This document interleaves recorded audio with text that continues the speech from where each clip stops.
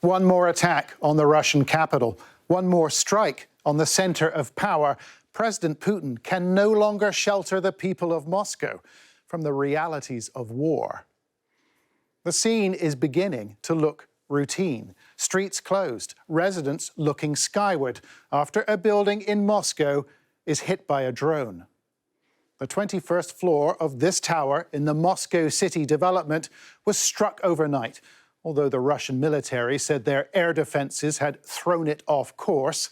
But that seems unlikely. It was the second time this building, containing government offices, was struck in 48 hours. No one was injured, but it has unsettled some. It's unexpected that it hit the same place for a second time. Now I don't want to come here to work anymore at all. We saw ambulance, police and so on coming here from the window at night.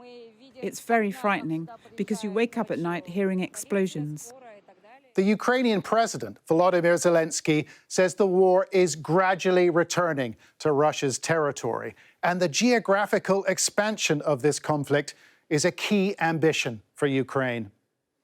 It's thought Ukraine has been targeting locations in Russia and Russian-occupied territory since the invasion began, like the electricity supply in Belgorod, oil facilities in Krasnodar, and infrastructure in Crimea, including the Kerch Bridge, linking the peninsula to the mainland. But the city of Moscow is now within their sights. The first attack took place in early May, when 2 drones landed in the Kremlin complex. And another 20 drones have followed, although Russia claims it shot down or diverted them. However, the blasts at the prestigious Moscow city development have sent a powerful message to everyone who lives there. The Russians want to essentially sustain this war longer than the West can keep up support to Ukraine.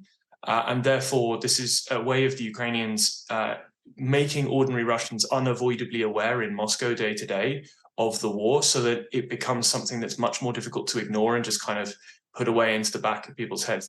You know, this is interesting. Western countries do not want Ukraine using their weapons on attacks inside Russia. So Ukraine's been building its own army of drones. The country's prime minister announcing a $1 billion investment program at this event last week. But Ukraine's arsenal is far smaller than their enemies, and their enemy uses missiles and drones on a near-nightly basis.